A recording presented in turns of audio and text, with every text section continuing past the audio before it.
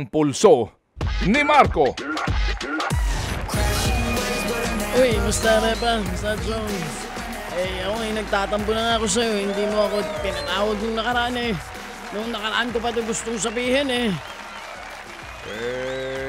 Hinahanap ko muna yung vlog mo. Mali pala spelling ng vlog. Ang vlog ay VLOG. Hindi VL. Vlog yun Ganun ba spelling nun? Ako nagsisimula pa lang. Meron akong 2 subscribers. Mag-subscribe na rin kayo sa akin. Pero ito nga. Naalala ko tuloy si... Ikaw ba hindi ka magbablog? Si Jerjen. Kailan ka ba magbablog? Si Jerjen ba may vlog pa? Hindi ko lang sure. Naalala pero... ko dati yung vlog niya Oo nga meron tayong less than 20 no? Tayo lang din yung nakalike kay Jerjen. Uy, pero Repa, ikaw ba? Kailan ka magbablog? Lahat halos yung mga kasamahan mo nagbablogging na gusto ko makita, gusto mo, interviewin mo rin yung mga gusto na makita, ini-interview mo rin mga artista. Eto na. Ganon? Malaki daw ang kitaan dyan. Ayun ang sinasabi, kaya ang gusto ko, Ted Pylon Vlog. Vlogadag. Sige, so kung ako ay magbablog... kayo, yung magko-collab kayo ni Nanay Christy. Hindi ba? Sino ang, ang yung maiden episode na interviewin kong artist ang gusto mo? Gusto mo, interview mo yung sarili mo para maiba ka. Wala pa kasi akong napapanood na gano'n, yung ini-interview niya yung sarili niya. Gusto mo? Gano'n. Okay, si Nanay Chris ang interviewin mo. Siya ang iyong Hindi ba? Ang ganda. Oo nga, Si Nanay ang lagi nag-i-interview. Ikaw naman magtanong sa kanya dun sa iyong vlog. Anong ipapangalan mo sa iyong vlog? Sandali lang. Magandang ideya, artistang mga i-interviewin ko lagi. Para maiba kasi lagi ka na. Mga controversial na mga artista. Pwede ka naman journalist vlogger ka. Journalist vlogger sa umaga. Tapos ikaw ay chismaker sa gabi. Gusto mo? Para, di ba? Maritis ka. Guess mo rin ako kung gusto mo. Oo nga, binigyan mo ako ng ideya, ha? Sige. Pero sandali lang, baka may kakumpetensya ako niya. Marami na. Pero ito. Baka ako sabihan ni Nanay Christy, pati ba naman kami anak, kukumpetensyahin mo. Baka masabihan ako ni Nanay Christy ng ganyan. Pagyan mo to si Ted Pylon, pati kami kinukumpetensya. Hindi nga kayo kukumpetensyahin, Nanay. Ang tawag doon ay yung tawag sa mga ginagawa ng mga vlogger. Collaboration.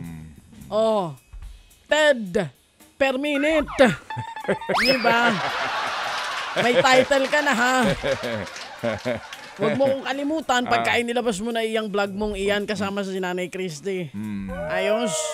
Pero speaking of vloggers, Repa. Sige. Nung isang araw, abang ako Ready na yung aking money tsaka popcorn. Pero di naman nagsisiputan yung mga matatapang na social media, influencer tsaka vlogger. Tumpak talaga ang tawag sa kanila. Kasi tinatawag sa mga yan ay keyboard warriors. Kumbagay matatapang lang sa harap ng computer, ha? Pero kapag face to face ay parang yung show ni Madam Coring. Pagkaharapan alaws na. Ang tatapang sa kanilang social media platforms. Pero in real life ay Repa, parang naduwag yata. Karamihan sa kanila ang sinasabi gusto nilang isiwalat ang korupsyon. Dapat umattend sila nung hearing ng TRICOM, hindi ba? Doon nila sa harap ng taong bayan tsaka mga kongresista sinabi yung kanilang mga pinagsasasabi at pinagsususulat sa kanilang mga vlog at blog. Magkaiba kasi yun, Repa. Yung vlog na letter V, video, yun daw B, yung write up. Pero dito ka magtaka. Kung bakit, hindi, mali kung V, video, kung B, write up, mali. Dapat vlog. Pero ito, matatanggap mo ba ito? Gusto ko nililito mo ako Hindi kita nililito. Vlog kasi sa V, video. Kung vlog, wrong spelling. Vlog. Nililito mo ako, Repa, pero gusto ko makuha ang iyong reaksyon dahil ilan sa kanila ang tawag sa kanilang sarili ay professional journalist. Ikaw kasi ang totoong journalist. Ilang taon mong pinaghirapan yan, hindi ba? Kailan mo ba matatawag na professional journalist ang isang tao? Yung iba nagkaroon lang ng vlog, naging journalist na. Ako sa akin lang ito ha, ay malamang magagalit na naman kayo sa akin at aabangan nyo na naman ako kung saan. True. Yung hindi nyo pagpunta sa kamera, sampal yan sa miyembro ng Kongreso. Kaya nga ang tanong ng lahat, paano nga ito re-reactan? Paanong reaksyon dyan ng TRICOM? Hahayaan na lang ba nilang isnabin sila ng mga vloggers na iyan? Imbis nga na sa kamera, ang ilan sa kanila nandun sa Korte Suprema nagpunta. Naghain sila ng petisyon, ikinukustyon nila yung hearing. Kasi daw yung nangyayaring hearing ay paglabag sa kanilang rights to free speech. Paano kaya yung right naman natin na nakikita natin yung ilan sa kanila nagpapakalat ng mga maling impormasyon? Fake news. Alam mo, Repa, napapansin mo ba ang freedom of speech dito sa Pilipinas? Sobra-sobra eh. Kaya ang ilan, walang katakatakot sa kanilang mga content na iyan na ina-upload online. Anong content? Content, ang tawag ko dyan, dun sa aming lugar, sa Muntinlupa din kasi manatropa ako dun sa isang kausap ninyo. Yung kanilang content na yan, naalala ko tuloy yung pinag-uusapan nyo ni Chacha nung isang araw, yung sabi daw ni Spider-Man, sabi, with greater power comes responsibility, o great power, ay ngayon iba na. With huge social media following comes responsibility.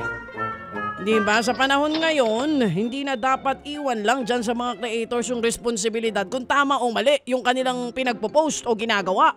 Kung fake news or legit, kung makabubuti o makasasama yung kanilang ipopost online. Kung hindi kayang supilin at patigilin ang ilang content creators sa pagkakalat ng maling impormasyon dahil nga dyan sa issue na yan ng press freedom, di ang gawin natin, obligay natin yung gobyerno, di ba? Na bigyan ng parusa itong mga social media platforms na hindi naman kayang pulisin yung mga nagpo-post ng mali sa platforms nila. Pero ang tanong, Repa, pag gano'n ang ginawa, paano mo masisiguro na yung mga magpupulis ay walang political bias? Baka mamaya, yung isang nakuwang taga-pulis, DDS, yung isa naman, loyalista, ay paano yan? Pero kung sa gobyerno naman natin ito iaasa, paano tayo makakasiguro na hindi nila gagamitin ang kanilang kapangyarihan para patahimikin ang kritiko ng gobyerno? Approve. Paano tayo makakasiguro na kung magkakaroon ng guidelines sa sinasabi nila para sa mga online creators, hindi masusupil yung press freedom ng lahat? Paano rin tayo makakasiguro na susolusyonan nila yung matagal ng problema sa fake news? Ang problema natin sa fake news, ilan sa mga nakaupo ay nakinabang, hindi ba? Sa fake news na iyan, kaya kayo nanalo. At patuloy na nakikinabang para mapanatili sila sa pwesto. Totoo yun. Alam mo, Repa, isa na lang talaga ang solusyon dito eh. Gusto ko nang pumayag sa sinasabi mo. Bumalik na lang tayo sa makalumang panahon na ang uso ay telegrama para wala tayong ganitong problema. Ano sa tingin mo, Repa? Kung ikaw ang presidente, babalik tayo sa makalumang panahon. Huwag lang social media ang pag-aalisin. Alisin nyo pati mga telepono. Para wala na tayong problema. Kasi sabi nyo, teknolohiya ang problema. Pag si Marco ang naging presidente, tanggal lahat ng inyong social media. Tanggal lahat ng inyong pantext at pangtawag. Lahat tayo babalik sa sinaunang panahon na lahat ay nagte-telegrama pa. Na nag-aantay ng 2 linggo sa kasagutan ng iyong mahal. Ayos ba yun sa'yo, Repa? Sa akin, Excited po ako. wala naman akong vlog o ano man yan. Kaya bahala ka sa buhay mo. Okay, peace out.